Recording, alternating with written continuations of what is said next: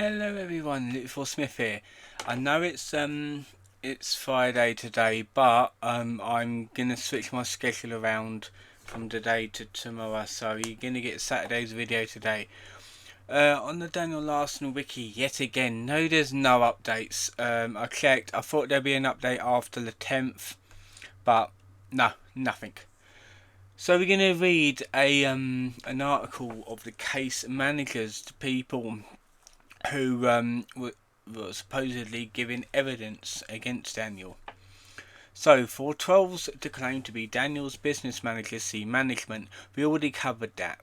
Case manager is an occupation that coordinates services on behalf of an individual in different settings such as healthcare, nursing, rehabilitation, social work, disability insurance, employment, and law.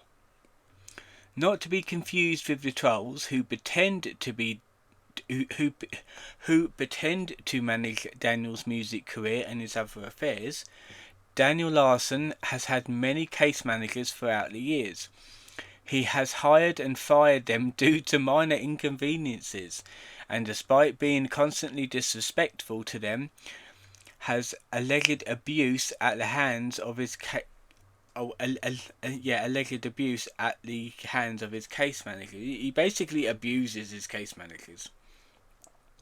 Because of this alleged abuse, Daniel has effectively stopped working with case managers instead opting to live out on the streets. Okay, so these are managers he's been throughout the years. Because I thought like all this lot is going to be like giving evidence against him, but no, it's a different lot.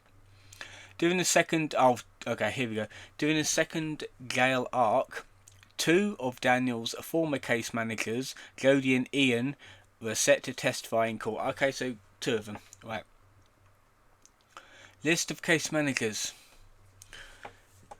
Viva. Viva was Daniel's long-serving case manager, lasting from October 2020 to August 2021, and again from July 2022 to April 2023. She once confiscated Daniel's phone for 6 months, causing Daniel to hate her. She has been mentioned and disrespected on Daniel's community tab even years later. After Andrew was fired in July 2022, Riva returned as his case manager and worked out a housing situation with the Shields Foundation, only to be evicted a month and a half later after a huge meltdown. She was dropped around April 2023, making her Daniel's final case manager. Bloody hell. So the last time he ever had a case manager was 2023. Ian Thompson was Daniel's case manager during the Hype House arc. He was the CEO of the caretaker company Daniel was in. Daniel hated him and criticised him in a TikTok post, where he claimed that Ian was falling for the fake Daniel Larson accounts. Ian also accompanied Daniel on guitar for live performances of Roaring Thunder. Daniel eventually replaced him with Andrew, whom he also despised. He often appeared in meetings with Tiffany and Andrew. Ian was hired in August 2021 and dropped in January 2022. Nearly 4 years later, in January 2026, Ian was going to testify in court regarding Daniel's federal criminal case.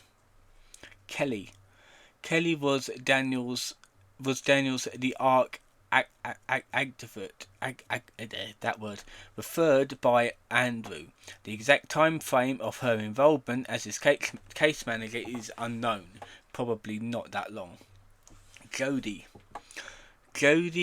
Marquez was Daniel's assistant case manager and was reportedly well liked by Daniel.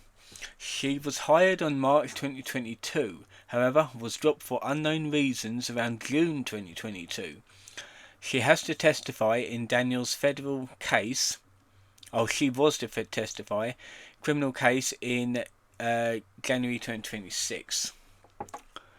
Andrew Andrew was Daniel's most notorious case manager for being a common scapegoat for Daniel. He was hired in January 2022. There's a truck outside. Daniel's developmental disabilities and online manipulation caused him to think that he was extremely famous. Due to the nature of Daniel's care, Andrew was often blamed by Daniel for stealing money, destroying his career, as well as making his life difficult.